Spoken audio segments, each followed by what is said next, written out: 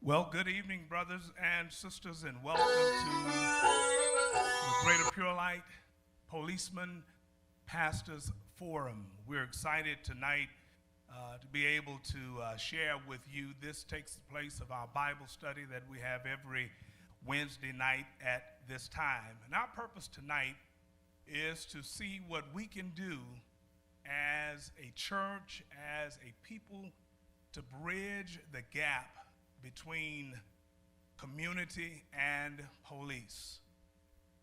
This is entitled The Conversation Continues.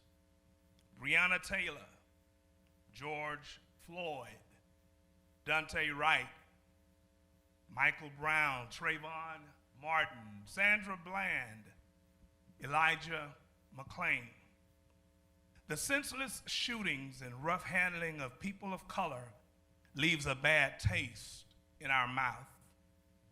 This forum will hopefully shed some light on how we can come together as policemen and as a community. We have area pastors and area policemen who will be serving as panelists on tonight. Of course, as you can see on our stage, we have 7 who are here. One who I see is coming through the vestibule on his way. He was stuck in traffic. Another one, there's a wreck on the freeway. He's doing his best to get here. And we want all of them to serve tonight and to help us tonight in our endeavor. And so the first thing I would like to do is start with a word of prayer. This tonight is not going to be confrontational. Nobody is going to be attacked on tonight. We're here to try to reach some common ground, not to point fingers, not to be angry or upset with anyone. So, Father, we thank you tonight that we are here. We thank you that you allowed us to get here safe. And for these next moments, this time we have together tonight, we pray that we are able to have good success and good dialogue, and that we can be helpful as a church for the community at large. God, it is certainly our desire to bring community and police together, because at the end of the day, not only do policemen want to go home to their families, but we want our children, we want our pastors and family members, should I say, to come together, our sons and our daughters. We want them to come together. So allow these pastors and policemen to say something tonight that will help us to reach some common ground. God, there's so much that has happened in times past. And so tonight, we want to look forward and see what we can do to help our very situation. Bless us now. In Jesus' name, amen. So at this time, what I would like to do is allow each of our panelists to stand and introduce himself, his name, the church he represents, or the Policemen's Association that he represents. And they can come in their own way at this time.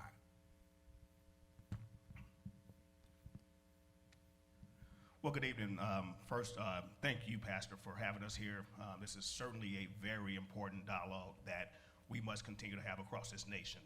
And so for you to open your doors to allow for this conversation to be had under your roof, it speaks dividends. So I want to first thank you for this platform. My name is James Senegal. I've been in law enforcement about 19 years. I've spent the last 5 of my years serving as Director of Professional Development for the Blackwood Law Enforcement Management Institute of Texas. Our primary responsibility at the Institute is that we are legislatively mandated to provide the mandatory training to every police chief in Texas. Outside of that, we do a whole number of different professional and leadership development opportunities as well. As part of my professional experience, I also am a national law enforcement training consultant.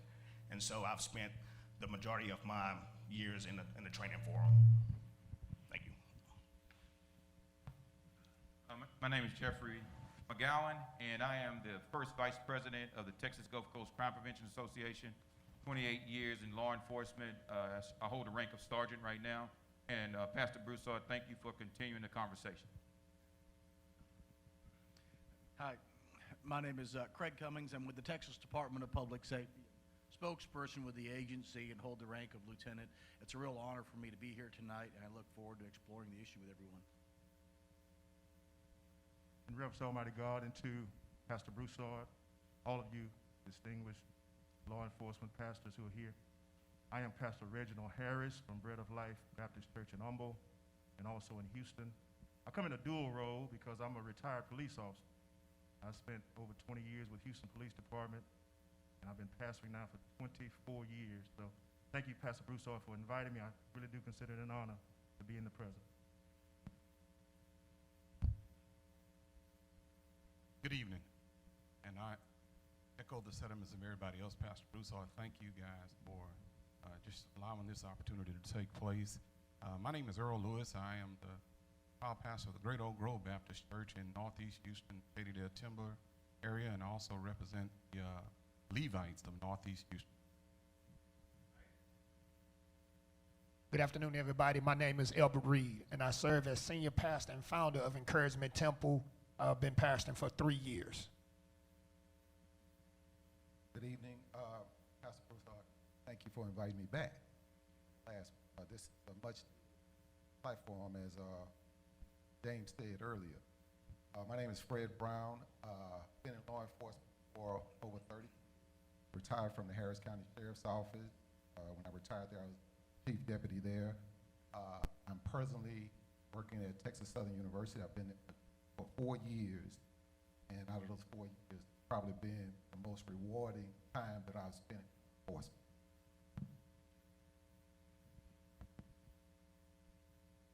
Good evening, Pastor Broussard, and again, I voice the sentiments of all the others who are here.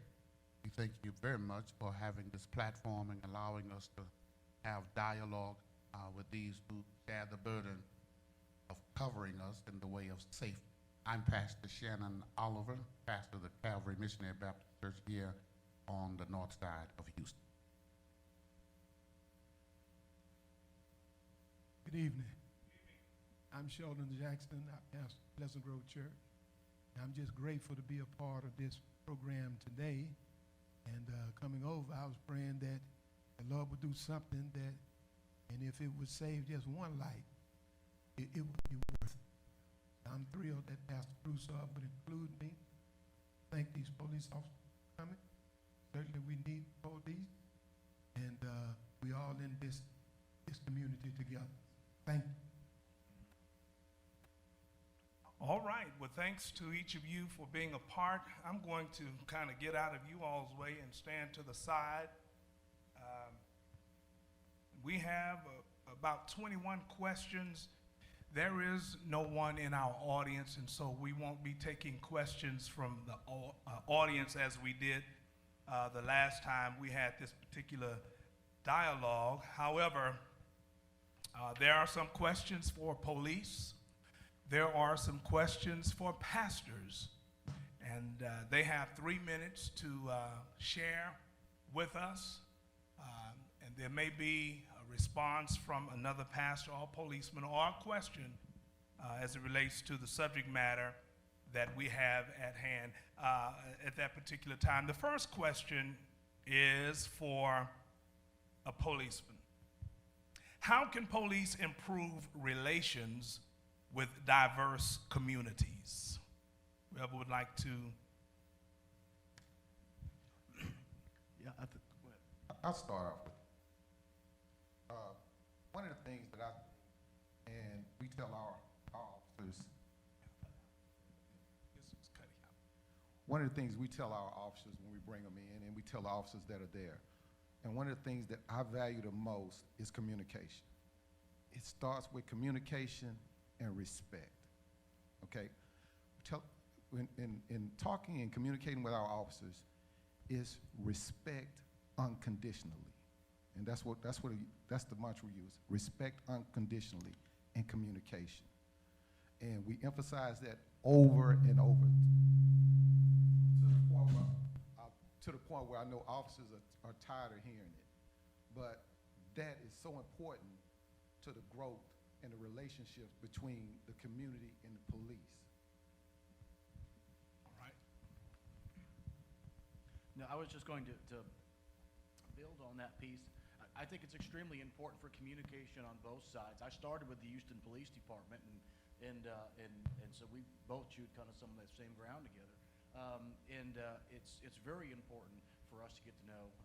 At one point, I was working a secondary employment extra job. A girl comes up to me and she says, "I live in this neighborhood," and she's maybe 78 years old at the time, and she says, "The crime and stuff around here has gotten so bad that I can't leave here." And it was at that moment that I realized that there are people in this community who are really suffering under this crime, and it's incumbent on the policemen to come out here and engage with the communities, and it's absolutely incumbent on the communities to engage with us, because the law enforcement officers come from our communities, and when we retire, we're going to go back to those same communities. Absolutely. Great, great. All right. That being said, Pastor, what message do you have for policemen that will keep, or will help rather, in bridging the gap between police and communities? Can you repeat that again? What message do you have for policemen that will help with bridging the gap between policemen and communities? First of all, let me do this. I want to publicly, appreciatively applaud all you gentlemen who serve in our law enforcement agency. I think the message that I would want to relay is when we are pulled over on the side of the street or wherever we come in contact, I think the message is give us an opportunity to at least gather ourselves, because being people of color, especially with what has been going on in these past few months, there is a certain amount of fear that just automatically kicks in, and you have that kind of fight or flight kind of mentality. But my message is, do as much as we both can to de-escalate the situation, so that not only you do your job, but we drive away from you appreciating the fact that you did your job with esteem and respect. Thank you. Yes, sir. I'd like to respond to Cummings said and Pastor said, and I have a recommendation, and it's an idealistic sort of recommendation, that police officers, departments, and I know we have some college law enforcement here, but we should want the officers to patrol again, get into the communities, as you were mentioning about somebody not seeing officers. We want officers to be around when the crisis is not there, so people can see and have a sense of security, not when emotions are high. So when emotions do get high, they already have a sense of security, knowing that the officers have already been within the community. So if officers can get back, and I know it's a manpower shortage and funds, and they're talking about defunding the police. If officers would somehow or another get back into the communities, and during their shifts, meet the people, meet the businesses, and know who's doing what and what's going on, then when the crisis occurs, everybody has a sense of understanding each other and knowing that the police officers are there for their well-being and not just for their tearing them down. Outstanding. Yes, sir. I would just like to add to that. You said being around. I like this as we use at Texas University. Right, is a relationship. You want the officers in the community to build a relationship. This is what we use on campus. We have this thing with our officers. You're walking around this campus, you see a student, you fail to speak to them. You miss the opportunity to build a relationship. Right. By speaking to that student, because they need some assistance. If you need some assistance, that student knows who you are. Right. So Right. I think Right. And I think that's a wonderful thing to establish a relationship, as you said, Harris, before the crisis. So when you get there, you'll have a much better chance, and because of the relationship between you and the community, they feel safe with you being there. These are things that we can definitely do to help in our particular situations that we have. Here's another question for the pastor. What are ministers or pastors doing to aid in community partnership with policemen? I think first we need to inform our members that cops are out for our well-being, because then that get rid of the notion that you all are the bad guys.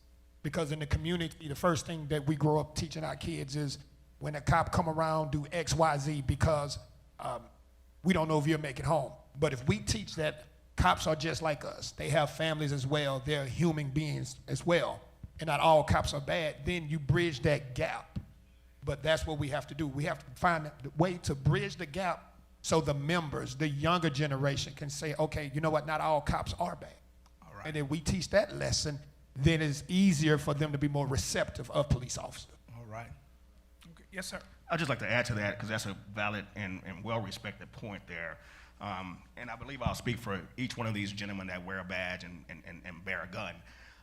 One of the things that we, in direct response to that quote that you just mentioned, don't allow is for people to, in a grocery store, working a secondary job or wherever, to say, hey, if you be bad, I'm gonna stick that cop on you. If you be bad, I'm gonna push you over to that police officer, because you're automatically setting a pre-notion in that young person's mind that it's us against them. Yeah. So we're quick, and I know each one of these gentlemen very well. I can guarantee you we're very quick to address that and say, no, I'm not the person you have to worry about. As a matter of fact, come here, I wanna be your friend. I wanna build that relationship with you. So certainly I appreciate that comment, because we do have to stop setting that preconceived notion that it's us versus the community or police versus the community. So thank you for that. Absolutely. Outstanding. Outstanding. This is for our police who are here. What's expected of a person? I believe, who was it? Pastor. Yeah, that just talked about this. What's expected of a person who has been pulled over by a policeman? What rights does a citizen have once pulled over? And is it mandatory for me to sign the citation? And here's another question. When at night, is it okay for me to drive to a lit up area? Yeah. I can address that one. You know, Texas Department of Public Safety makes an awful lot of traffic stops, and our troopers are required, and I was a supervisor for several years, are required to follow what's called a 7-step violator contact. And one of that pieces is to greet the individual. The other piece, which I think is really important, is to ask them if there was a reason for the violation. And for somebody, and I really like what you were talking about earlier about being nervous, because that nervousness is on both sides of the fence. And so one of the things that I have found out of the thousands of traffic stops that I've made and been with is that when I walk up to somebody and they got a break and a smile, I'm like, hey, you know what? And I'm breaking a smile right back, because that tension begins to get let down. And so one of the ways, and I totally understand this, I've been stopped before, you know, the person who's coming up on you has got, you know, to a degree, a lot of authority over you. But when you smile and just engage, and that contact begins to unfold, it begins to break that tension down, and then we can have a communication. And then for somebody who is worried about what rights they have, you know, the other part of that is I would worry about creating the relationship there. I've made wonderful relationships with folks. I've stopped a guy, he won the lottery one time. Standing on the side of the road, he said, I won the lottery. You know what his biggest complaint was? I don't have any friends anymore that I can go hang out with. They're all working. And I thought, that's the type of dialogue that I like to have, and I hope the troopers have, and law enforcement in general has on these traffic contacts. And for somebody who's out there late at night, my daughter is 20 years old. So if you're out there late at night and there's red and blue lights, or wherever you are in the country, and they're coming up behind you, and you're nervous about pulling over, give the indicator that you are aware the person is behind you. Turn the four-ways on, you know, make a hand signal like this. Hey, look, I'm going to pull over. You know, and if you're aware of the jurisdiction, even call and say, look, I'm going to pull over here in an area that's lit. Not only is that good for the police officer because they can see what's in the vehicle, but it's good for the person too. So all those different things somebody can do to help make that contact just a little bit safer and ease the tension on both sides of that. All right. Could I just add one thing? Yeah, sure. So going back to your statement or question about, and talking about those expectations, out of our last legislative session, which is the first time that we've actually ever had legislation that have come down that has required for law enforcement and civilians to take the exact same training. So we had a training that came out of the last legislative session called the Citizen Interaction Training Program. And every one of us up here, again, that are Texas peace officers, had to go through that program. Every new driver now, 16 years old, 17 years old, 18 years old, getting your driver's license today, actually have to go through that exact same program. And what that program teaches us is what the law enforcement officer should expect of a reasonable and prudent driver who they pull over, and it teaches these young drivers what they should expect of law enforcement should they get pulled over. Now, unfortunately, it just came out of the last legislative session, so our much older drivers haven't had that and don't have to take that training, but at least now, for the new drivers, we have something like that. And I hope that we get to a place in not only Texas, but in our country, to where we can start building some of that police community training so that we do know what our expectations are. But I just wanted to address that we do have now an expectation type training that both sides should know what to expect. If I'm showing my hands, and this is to the policeman, if I'm showing my hands when a policeman approaches my car, why is it that an officer has to have his hand on his gun? Because to me, that's intimidating, especially if I'm, either showing my hands out the window, have my hands on the dashboard or steering wheel. It's intimidating to me when he walks up. I'm like, oh Lord, here we go. So what can any of you speak, either of you speak to that? Why is it necessary for him to? Now, I don't know if it's necessary. I don't even know if it's prudent if somebody has their hands out the window. But I will say this, that until he completes that stop, that until he finds out if there's enough, who's actually occupying that vehicle, and that there's no one else in there besides that driver, then there is a level of concern for the officer. So he's going to go through the 7-step violated contact, and then he's going to walk up to the car, and then he's going to perform the traffic stop. And this is the thing, though. Once the tension is eased, once we start asking the questions, and we're realizing that you're just as nervous as the officer may be at that particular point in time, then everything calms down. 99% of the time, you won't even get a ticket if on a traffic stop. It's when you are rude or trying to litigate the citation on the side of the road that I can almost guarantee you that it flips the other way, that 99% of the time that you're going to get that citation. So it's just I think it's more of a habit thing than it is anything else. It's muscle memory, because now you're in a tense situation. You don't know this person don't know you. You go through the 7-step violated contact, and then that's basically how it goes. All right, I want to say this. My daughter and 3 of her friends went to Austin, and they were on their way home. And she saw flashing lights ahead on down the road, and so she checked her speed. She was going the speed limit, and when she crossed the policeman or the Department of Public Safety, what do you guys call them? Troopers. Troopers, there you go. He pulled her over, and because she asked him, why am I being pulled over? He got belligerent and told her to get out of the car and was just extremely rude to her. My daughter is 22 years old, and I just feel like the thing of it is the policeman shouldn't get out and be so intimidating. And so can you speak to that? Yeah, well, I certainly can't speak to why the trooper acted that way, but just basically what you're telling me there shouldn't have happened based on the circumstances that you've got. So we have a complaint process. Highway Patrol I paid the ticket now.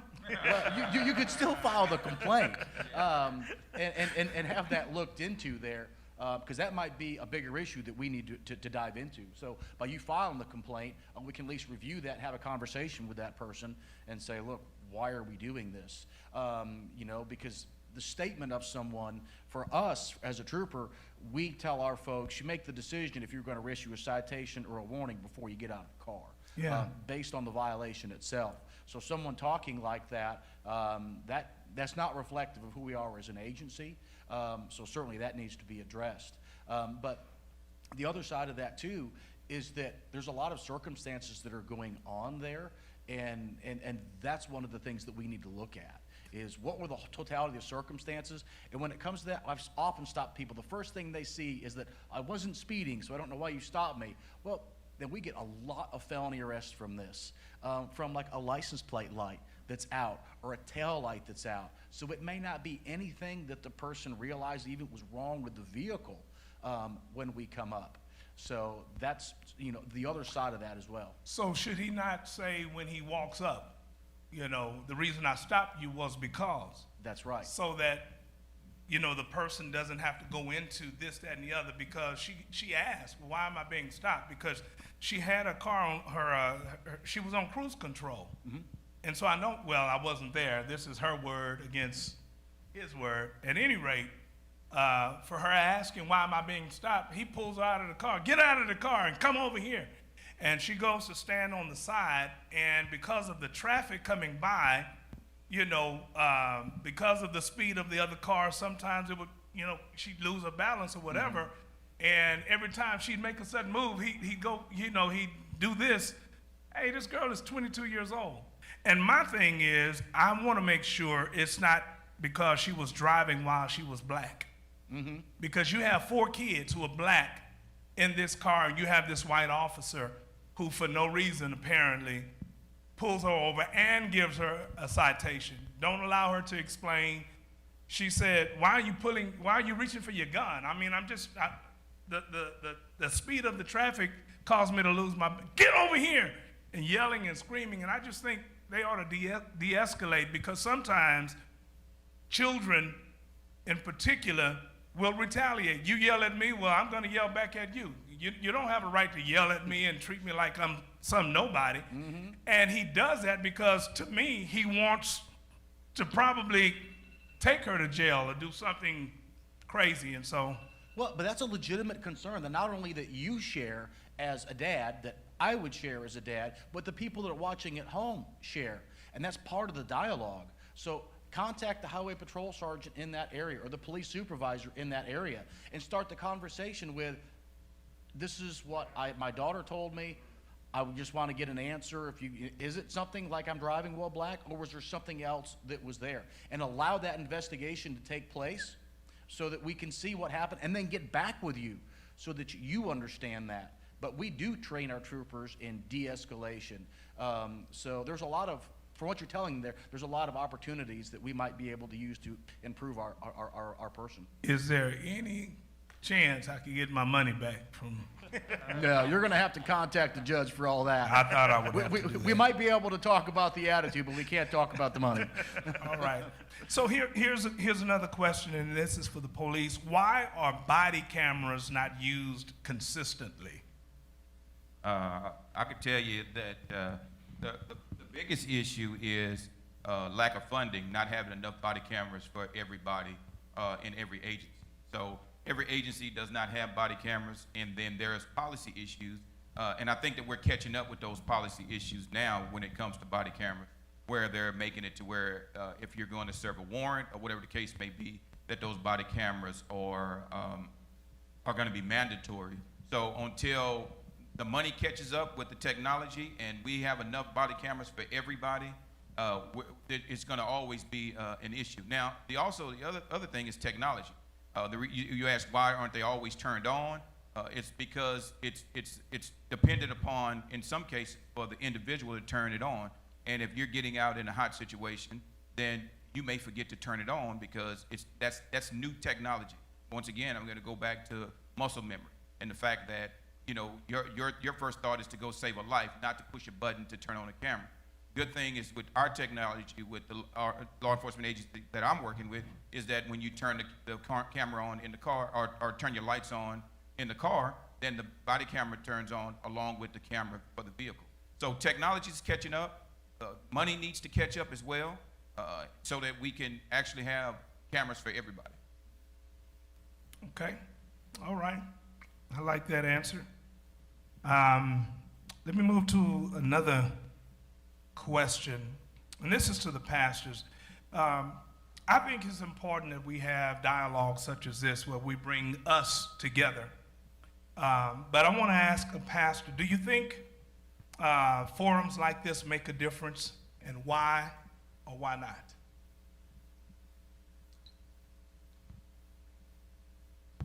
I think these are extremely important and extremely helpful because we get a chance to skill, the mind, and the training of police officers.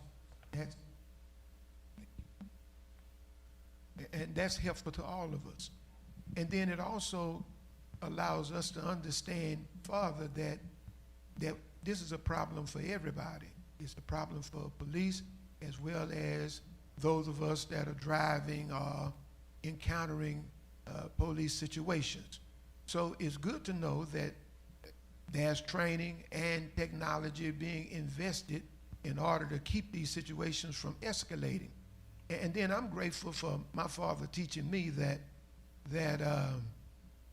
I can't win on the highway, that I am to obey whatever the officer says. I'm not to be disagreeable. I'm to have my hands at 10 and 2 when he approaches the vehicle. I'm not to be belligerent. And so he taught me that, and I've passed that on to my boys and my girl and those at church, my young people. Try to teach them that there's a way that you conduct yourself when you're confronted by a police officer. And we want to be respectful. We don't want to be disrespectful. But we have to understand that police officers are people just like all the rest of the world. And there are 99.9% good police officers, and that 1% of one that makes it bad for everybody else.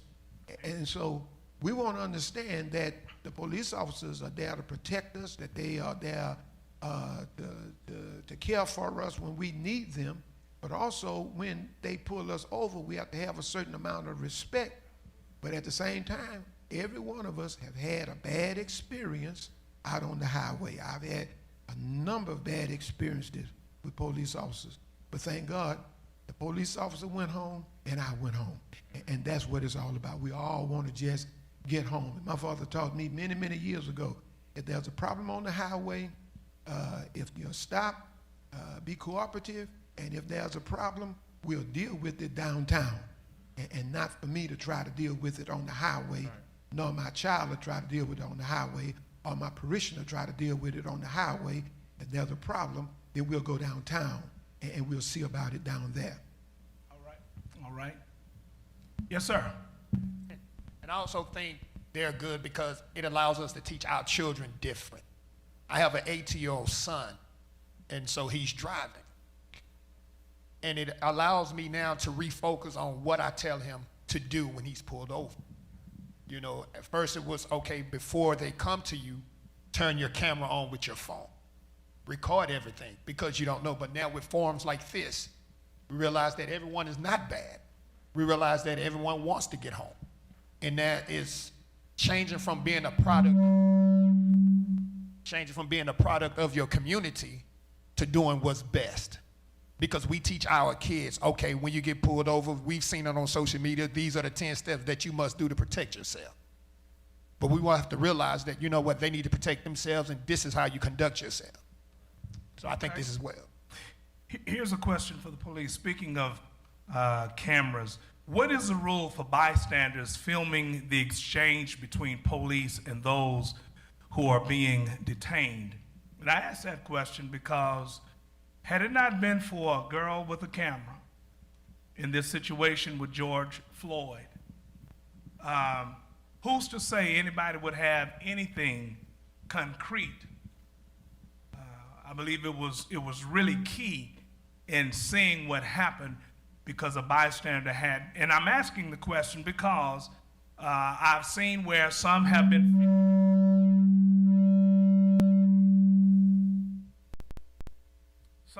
filming and they've been told by police, shut it down.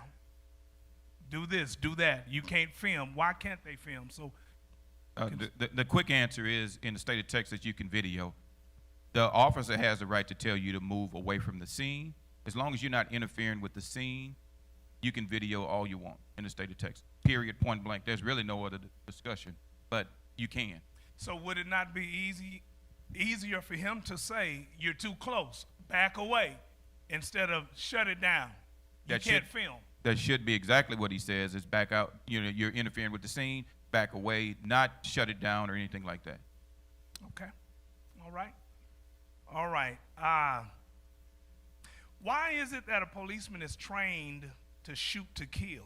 And why must they shoot so many times?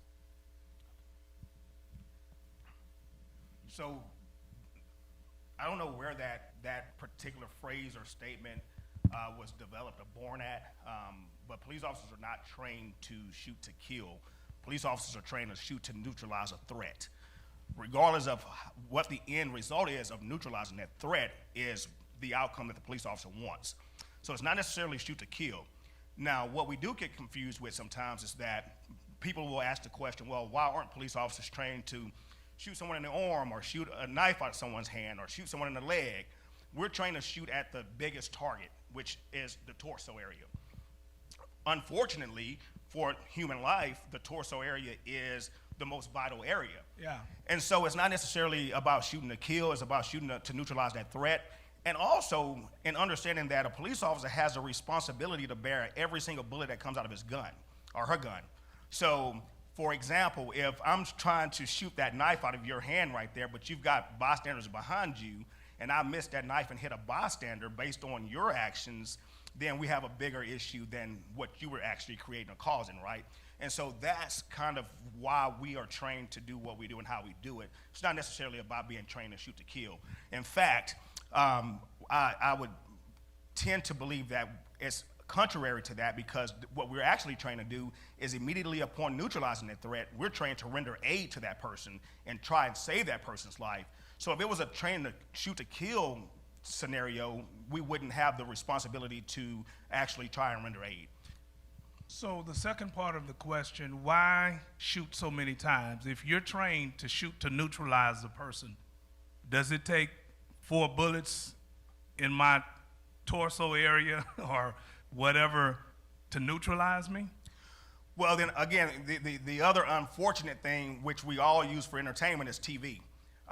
It doesn't happen in real life quite like it happens on TV. So when you shoot somebody one time on TV, they go flying from here to that back wall back there. That's not how it happens in real life. So in real life, again, and considering adrenaline and considering that none of us up here want to squeeze a gun trigger toward another human being. We don't want to do that. So for us, in taking our humanity into consideration, we're just trying to stop that threat. I'm fortunate to oversee a state program called the Post-Critical Incident Seminar that we do here in Texas. And I can't tell you the number of officers that come through that seminar that have been involved in officer-involved shootings. And these gentlemen up here can attest to this too, having conducted these officer-involved investigations. 99% probably of the time, an officer don't even know how many times he shot. I have an overwhelming majority of officers that I've seen in officer-involved shootings say, the investigator told me I shot 4 times. I thought I only shot once. I only heard 1 shot go off. So most of the time, we don't even know how many times we've shot, because that's a normal response for us, that and considering that we've been put in an abnormal situation. It's not normal for us to go and be involved in shootings every single day. That doesn't happen every single day, even across America. And so for us, most of the times, that's a situation we've never been in. So that's kind of the real life scenario. It's not like it happens in the movies at all. Okay, all right. What situation determines the use of a taser as opposed to, I've seen where, I guess if a taser doesn't work, then you pull a gun. But what constitutes the use of a taser? Law enforcement officer is able to use one level of force above what's being presented to him. So in our model, if someone is there and they're actively resisting, we might use a taser at that point. Here's the thing with when something gets to that point where they're looking at using a taser or a baton or pepper spray, things are already starting to get out of control, and these devices are used to bring it under control. But also keep in mind that when things are getting like that, it can shift to a deadly scenario very quickly. And one of the things that I encourage folks at home, as well as anyone here afterwards, is do an action versus reaction piece. And when you do that, you can see how very quick, you think you're going to react so quick, But what you realize is that you can't. And so somebody might be going to use for a taser. Well, if those taser prongs miss, now you may be in a situation where somebody's coming at you with a knife, and the only other opportunity that you've got is to go hands-on with somebody or go to your gun. So really, it comes down to the individual that we're dealing with who's determining what level of force is going to be used.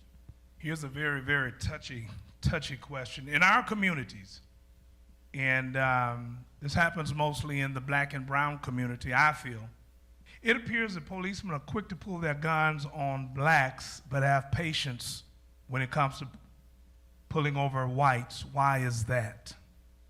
It appears, I said.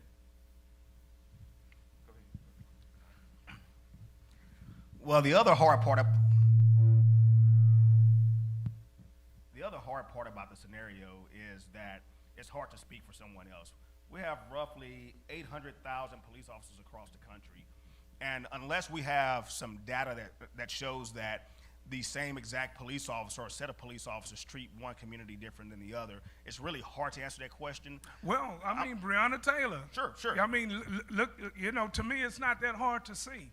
And again, I'm not here to attack anybody, but you seldom hear of white people being killed by policemen or shot by policemen. And that's not to say it doesn't happen. Sure. But my question is, why does it seem that it's easier for them to pull a gun and shoot at a black person than it is a white person? Sure. So I'll go back to kind of my original answer. It's hard to speak for someone else in their actions. It's just almost impossible to do that. I'm not suggesting one bit that we haven't seen questionable and in some cases just outright wrong uses of force from law enforcement. I'm certainly not suggesting that. But what I am saying is that in taking the totality of circumstances from what I can answer in terms of what I do and what I have done, it depends on that individual and their threat that they're presenting to me. It doesn't have anything to do with and as a matter of fact, I can tell you that the last probably 5 or 6 years I was on patrol, I patrolled a predominantly white area. And so white people got guns put on them a lot when I was on patrol because that was the population I was dealing with. So again, I just can't answer for other officers and why they would do what they would do. I would just hope that, not to sit up here and be naive, but I would just hope that we would be doing the right things for the right reasons. And for those who are not, it's nobody else's wish for them to be weeded out as much as we wish for them to be weeded out so that it can make our jobs and our relationships a lot better. Okay. Yes, sir. And I would just build onto that, is that we're all victims of our experiences, and so we tend to see what is absolutely around us, and that may very well be, and that's where it's important for us to apply that critical thought and go back to the data. Go to DOJ, and I haven't looked at the data yet, but I encourage everyone to go back there and look at those stats and see if what you're seeing, you're perceiving is real, and if it is, there's validation there, or if what you're seeing is this is what you're all around and you're focusing on things. And this is for everybody, by the way, and it's not just about people, but it's about objects that you might desire, a new car or whatever. How many times you think about buying a new vehicle and you see a bunch of these new vehicles around anymore? Well, your perception has changed. So it's the same thing. But I would encourage people to go out there and look at the data and then see what's going on. The other piece of that is the director of the FBI came out during the George Floyd protest and said as much, that foreign actors are using social media to change minds about people as well. So there is this piece as well. And we have to look at sources like the DOJ and other sources. What is DOJ? The Department of Justice. Okay. So they collect all of this data, so we can go back and look at it and say, yeah, this is in fact a problem. Or, no, actually it's not. And this is stuff somebody can Google this evening, right now. Okay. And I want to go on record by saying I'm not at all suggesting that I would rather white people get killed than black people. I don't want anybody killed. And I believe that's the purpose of the forum tonight, to see how we can keep from having these particular things to happen. And so what better way to deal with it than to have someone to come before us to talk about it? Come on down. Sure. Pastor Broussard, I want to, can y'all hear me? Yeah, there you go. I want to respond to his word, naive. That's a great word, and I don't want to live in a world that I'm naive. And I think it is a possibility that you can head toward being naive if you ignore that there's some systematic things with our country that's wrong. Come on. It's absolutely some racism in this country. There's absolutely some bigotry in this country. And sometimes it even goes into the law enforcement because it is a product of this country. However, there are some great police officers who've never pulled a gun on anybody. There's great police officers who want to go home every day. They want to be with their families. They're saved. They love the Lord. They want to coach Little League. So it's really based on individualism. However, there are some systematic things in our country that goes to police officers as well because they are products of this country. So some things that happen are a result of systematic things. Other things that happen are totally individual things. And I would love for our country to be able to, including people that respond to law enforcement, to be able to see everybody as an individual. And as they were saying, if there's an issue that's wrong, deal with the wrongness of that individual. Go to Internal Affairs, go to DOJ, go to whomever you have to go to get the wrong right. So I don't want to put a blanket on because I've lived that as a black man. Sometimes as a black man, I've been put into a bucket that he's acting this way because he's black or stereotypes. But if we just look at everybody individually and treat everybody individually, a lot of things can get accomplished as opposed to putting it all in the same bucket. All right. Let's continue this conversation. Why are people of color perceived as drug dealers or nefarious, criminal, because of what they wear or what they drive?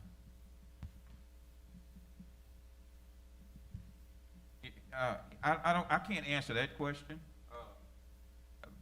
because I just don't, me personally, don't see that as something that we do. Now, I will tell you, I do recall a young man when I was doing a forum that he said he was driving a Cadillac and he had elbows on it, and he got pulled over by an officer. The officer walks up to the car, and he found that he was a white male. He said, "Oh, you're not who I'm looking for," and he let him go.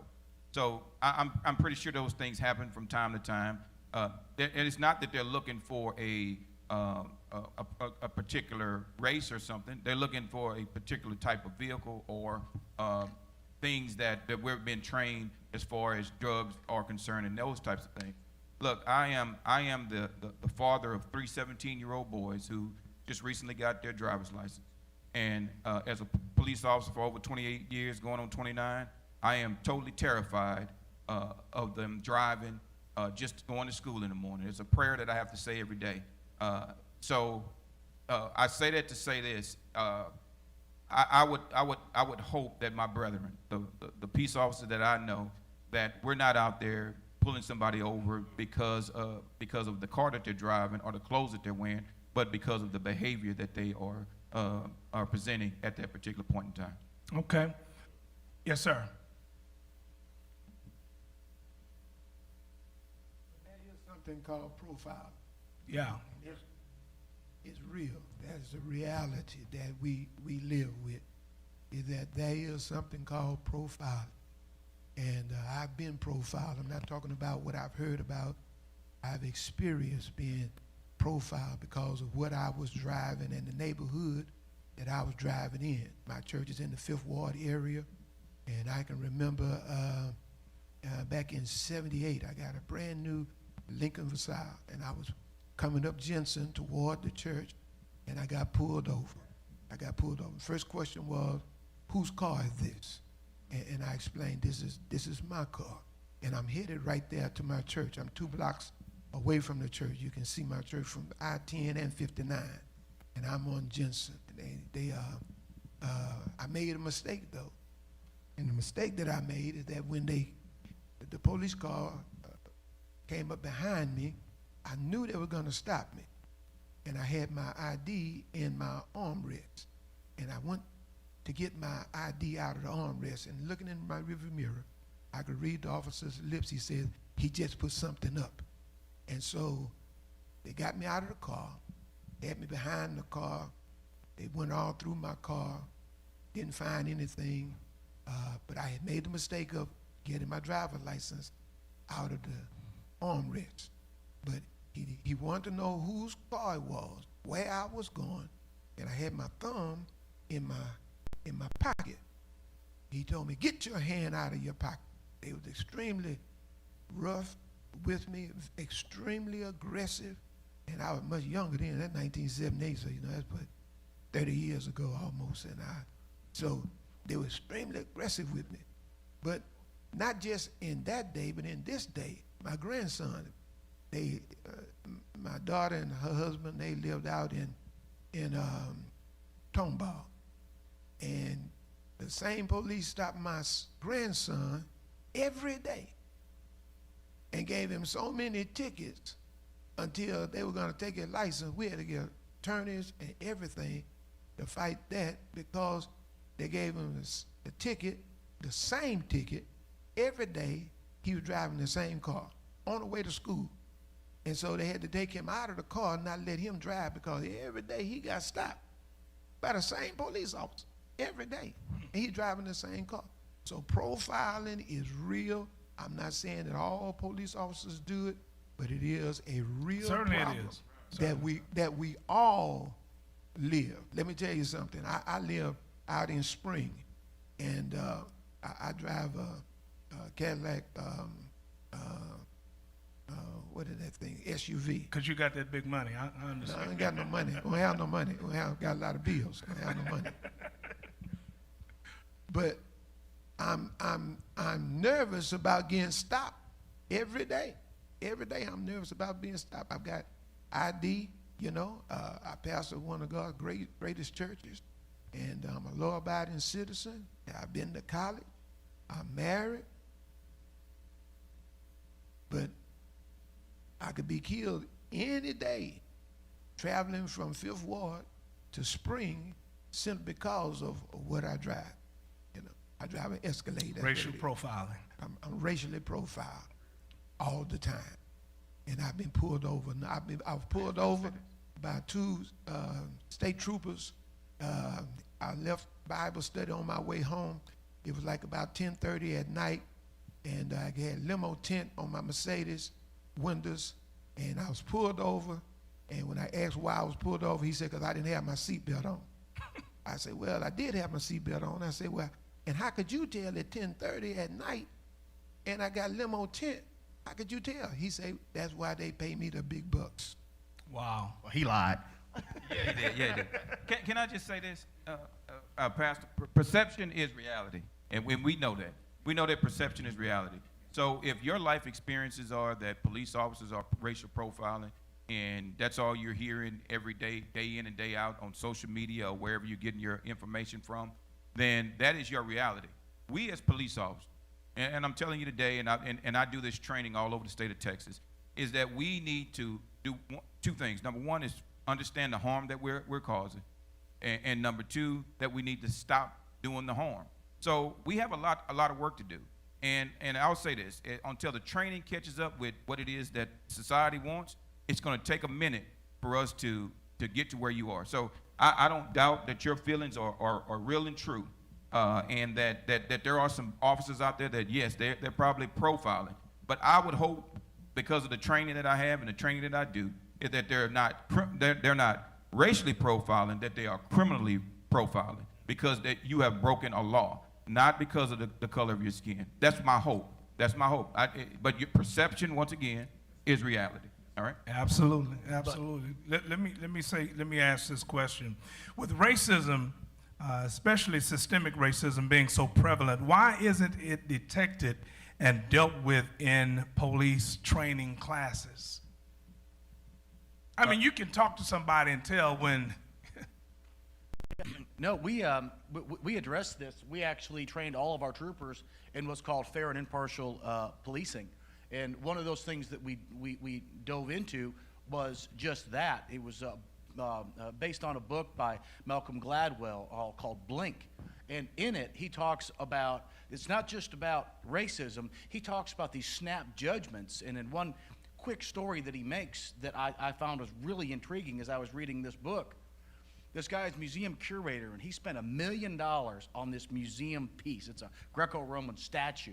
And he had 16 scientists go through there and evaluate this statue. All of them said that this was authentic. It was over 2,000 years old. Even had potato mold on the outside of it, which is what something is supposed to have if it's that old. One lady walks in, museum curator, when he's having a conference. She looks over at that piece and asks the museum curator, "Did you buy that?" And he proudly said, "Yeah, I did." He said, "I'm sorry to hear that." She took one look at it, and she realized that it was fake. He brought the same scientist back in and found out that, in fact, that one look, he was right, or she was right, that this was fake. And so where that goes to is these snap judgments. These snap judgments are based on our reality. And that's what this forum is here right now, is to question that reality. Not only reality of police officers, but the reality of citizens out there. And listening to the stories that you've got, it breaks my heart. I mean, 3 boys, and you're worried, saying a prayer every day that they get to school safely, and you being told that's why I get paid the big bucks. You know, this is the issue here. But we have these citizens police academies that I encourage people to go to.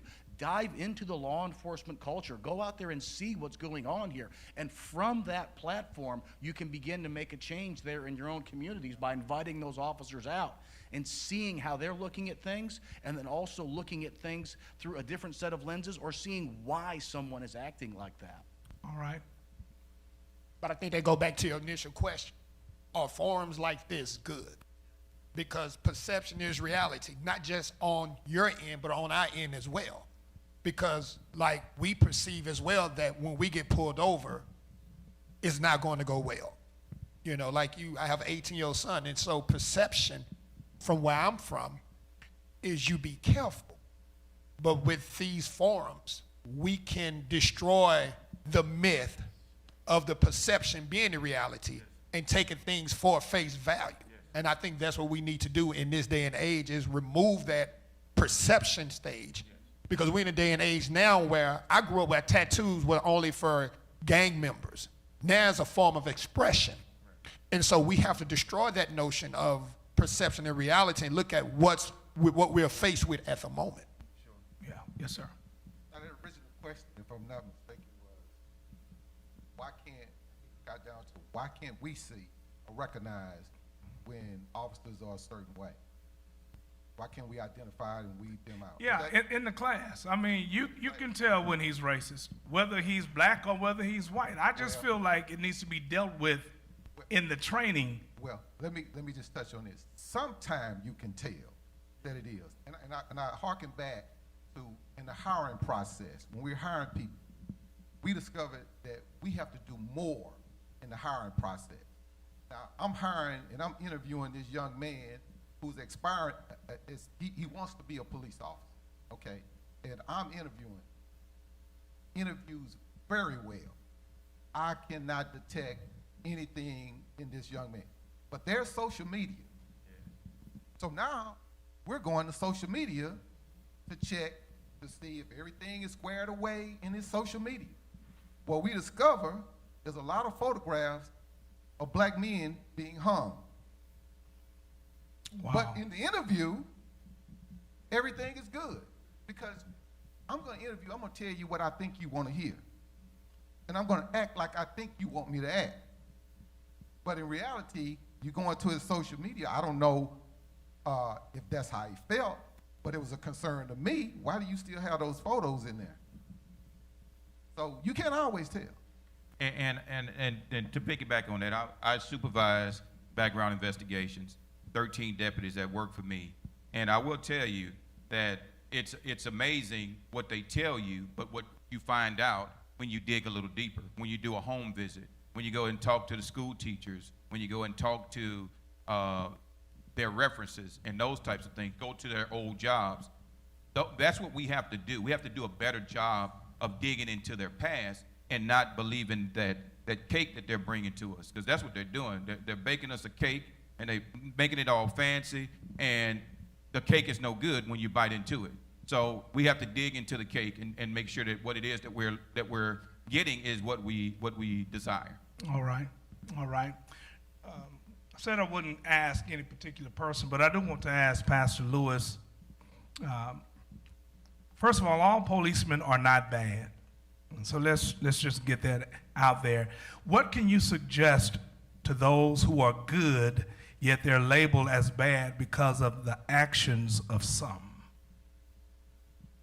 Okay, I think that's a pretty fair question. I first need to apologize. I was somewhat distracted earlier because when you mentioned the brother that hit the lottery and needed a friend, and I'm trying to figure out how I can get next to him for that. So that's where my mind was. But I think it's a good question, and I think that one thing that policemen need to understand, if they don't already know, is the side for us as pastors, the burden that we have to hear our members see what they see, and then turn around and say to them to keep hope alive, in a sense.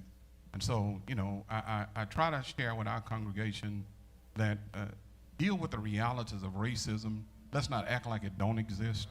You know, when I think about even the Lord Jesus had to deal with racism, you know, and he dealt with it even with his disciples. I don't want to take too long on it, but there's a story when he says, I must need go to Samaria. Yeah. And he tells his disciples that, but he has a sense enough to know that their environment is more impactful to them with racism. They had an issue with Samaritans, so he left. And I think we need to be able to teach that. But at the same time, his need to go to Samaria did not suggest that he did not like Samaritans, nor did he not like his apostles, his disciples. And so what I'm saying is that that I would like for you all to know that sometimes when we see people protesting because they're angry, that it doesn't mean that their love for their own kind means that they hate others. Because Jesus didn't hate others, he loved them. And his disciples have been with him 3 years. And if they didn't get it in 3 years, we're not going to get it in this time we have now. But just understand the burden that we have to try to tell people, you know, what you see is not all. Wait till all of the facts are in, and you know, and all that stuff. And I think that's a real burden. I know for me as a pastor, you know, to just keep people understanding that, you know, police to me it's biblical. You know, he says that you don't need to be scared of the one with the sword. The only time I'm worried about police is when I'm driving without buckling my seatbelt. I don't do it. I'm just letting y'all know that, you know. So I'm just saying that it's a burden for us when we have to try to figure out what can I say to this congregation that's hurting because they keep seeing the same thing over and over again. Yeah. But I also want that, you know, I'm sure these other pastors that are here, we have police officers in our congregation. I want to see them go home as well. So it's not anti-police. It's just, you know, when will we not hear the same thing over and over again? Can I just say this? I'm not going to even stand, but I guarantee you that every police officer that's on this panel, and even those that were in the past, are 100% in your corner, and we want bad police officers gone too. So let me ask this. Now this moves to accountability, and we don't have much more time, but I want to talk about accountability. When it's apparent that one policeman is being too rough or overreacting, why won't another policeman step in and say, hey man, chill, that's enough? Where's the accountability? Okay. So that goes back to what Lieutenant was saying earlier in reference to filing complaints and things like that. In my agency, the majority, we perish, let me say this, we perish for lack of knowledge. And we want to take care of things on the side of the road and those types of things, or during the event.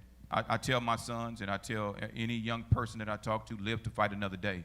That's the reason why you got a mom and a dad. That's the reason why you got a legal system. That's the reason why you have internal affairs, where I worked for 5 years. The majority of complaints come from other officers, not from the civilians, though you would believe that it comes from civilians. Civilians don't complain. So if the squeaky wheel gets the oil. Just like Lieutenant was telling you that you still, even though you paid that ticket, and you're not going to get your money back, Pastor, I'm going to tell you. You're not getting your money back. I'm okay now. All right. But you still, that officer needs to be dealt with. He needs to be dealt with. And the thing about it is that time passes. And while that time is passing, video is being deleted because there's a certain amount of time that we have to keep that video. So I'm just letting you know, we perish for lack of knowledge.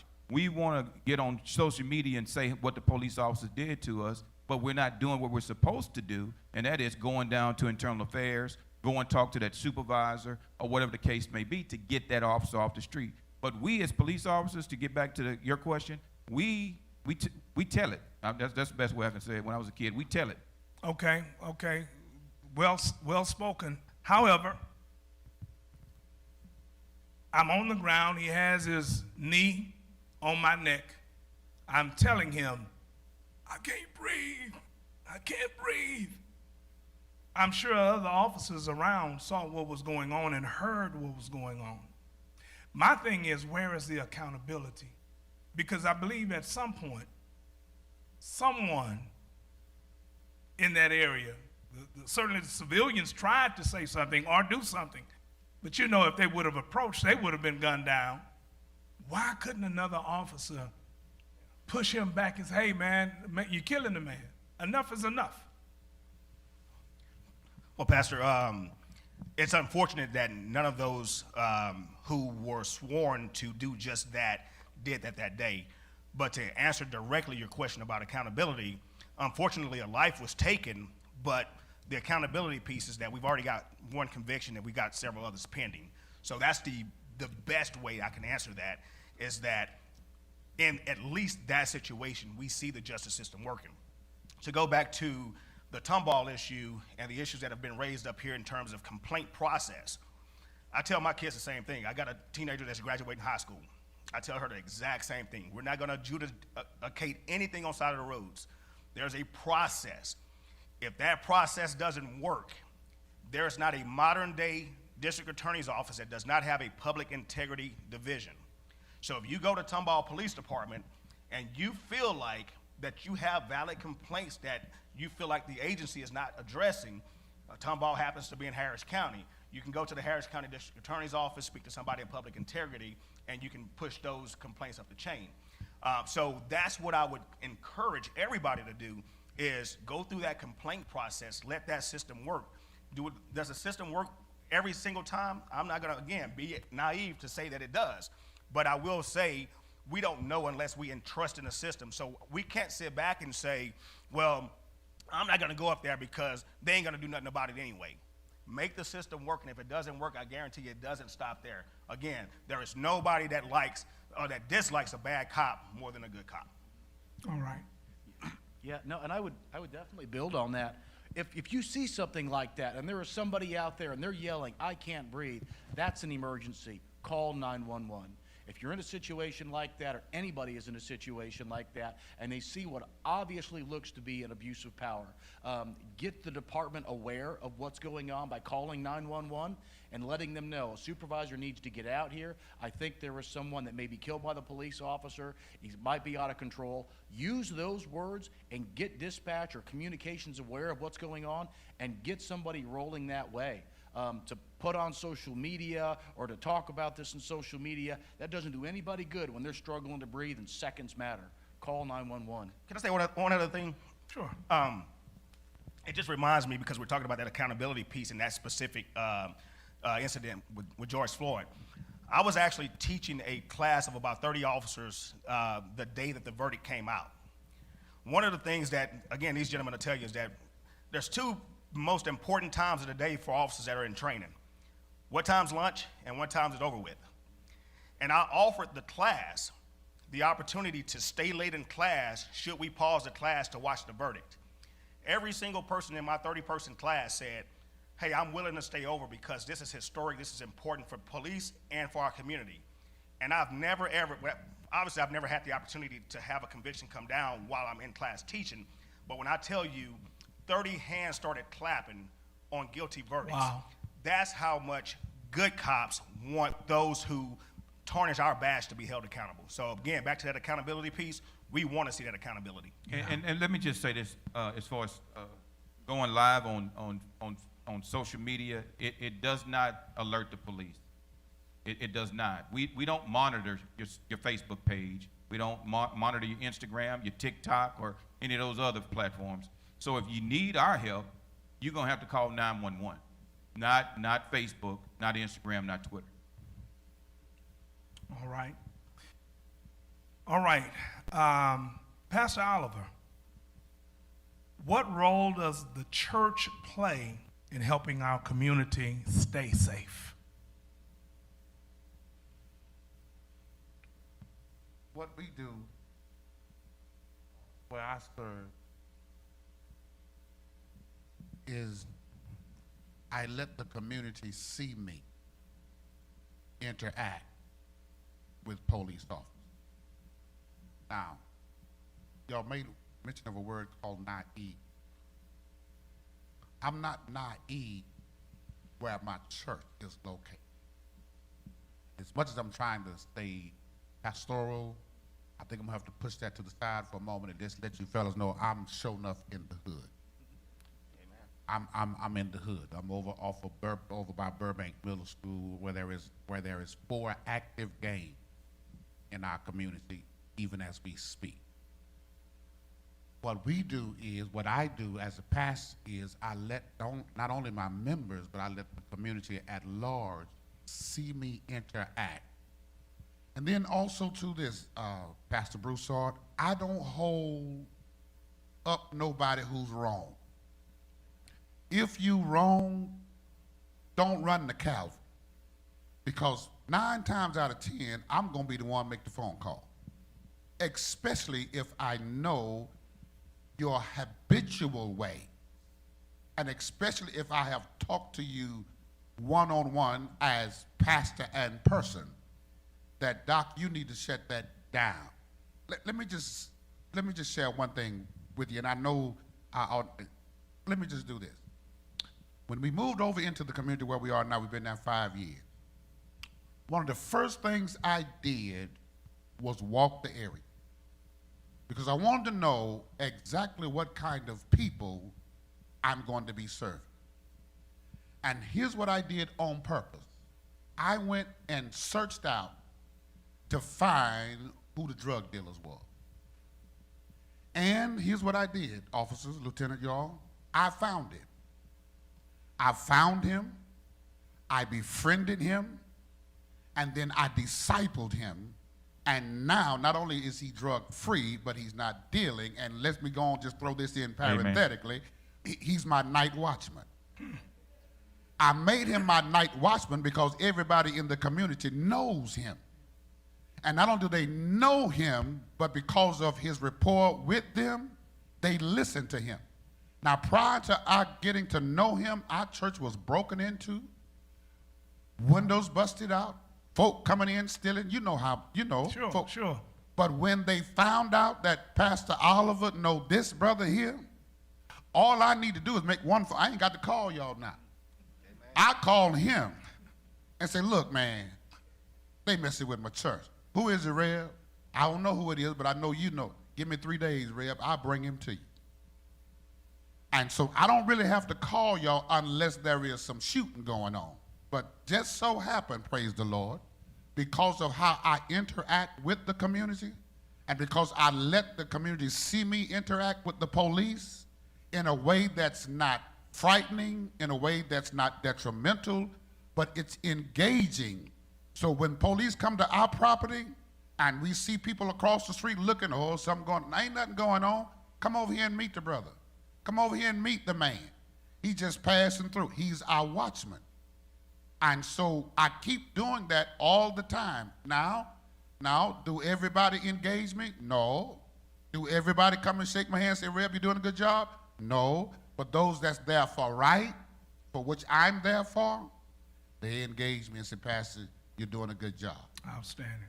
Another thing that we do, Pastor Broussard, that we allow the civic clubs in our neighborhood to meet at our church once a month, and there's always an engagement with police officer, sharing what's going on in the community, and I think seeing that helps as well. And we've also made it really public that I worked at light company for 15 years before being a pastor, so I know what working out in the field is like, and so they know that this is the place they can come get something to drink and relieve themselves, that kind of stuff. And I think that's important for us as well, to be the pillars of the community, as the Bible says we should. Yes. Little things like that makes a difference, I think. Absolutely. I feel like this. Now, I'm a black church in a Hispanic community. And so we don't have, not going to say any, because from time to time we do have a Hispanic person who will come and be a part of our congregation.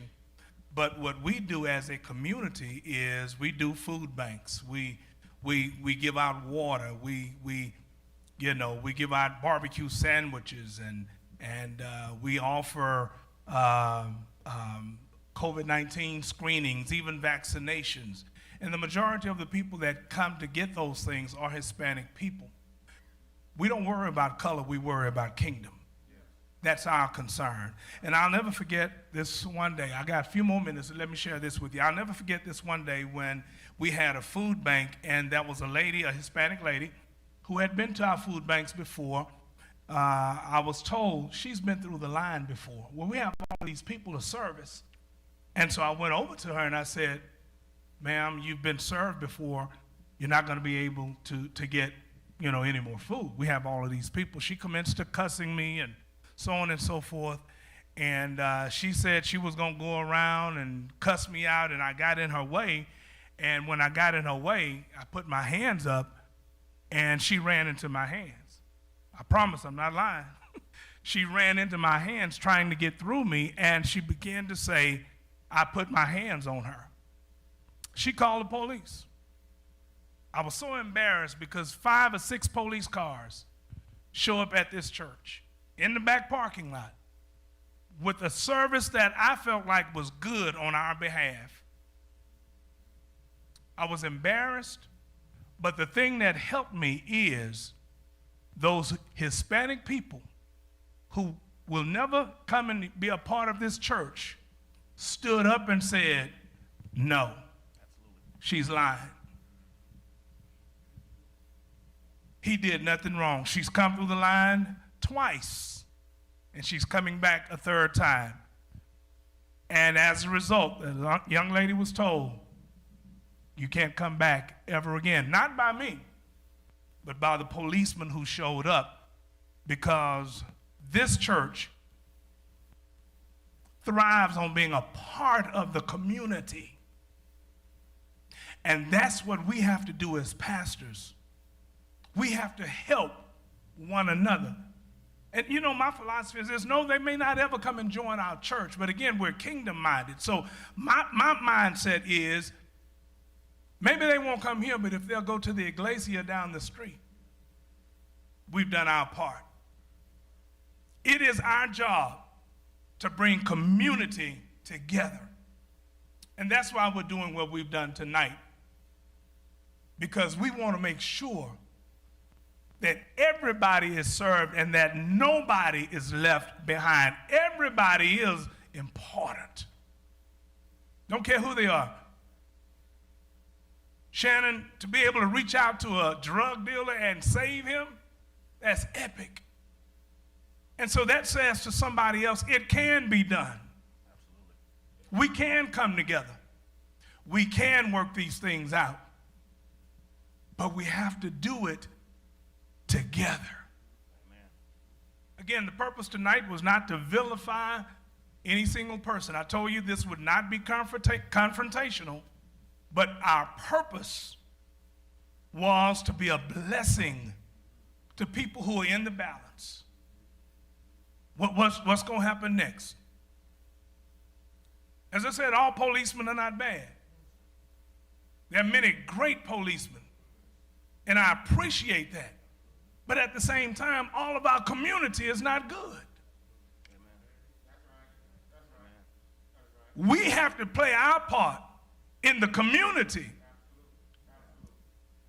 And when the community is right, maybe we won't have to be policed so much. community has to play their part. Policemen have to play their part.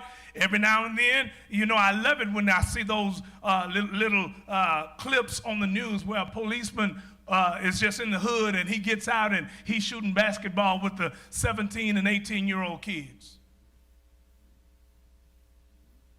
He's making his presence known. So next time he shows up on a real situation, they have respect for him. We have to work this thing together. Because if we can't come together, we don't serve purpose. These senseless killings and rough behavior must stop. All the blame can't be placed on police. We have to clean up our communities. And I believe we can do this together. The purpose tonight, again, was not to vilify anyone, but to have reasonable dialogue to bridge the gap between community and police. Allow me, if you will, to thank our panelists who have shared tonight and have been a help to us, both police and pastors. We have to stand against systemic racism, and we have to do it together. May God bless our community. May the Lord bless our police. There's been much said tonight, but y'all talk is cheap. Let's all adopt this mentality. Let there be peace on earth, and let it begin with me. Thank you for tuning in. God bless each of you, and good night.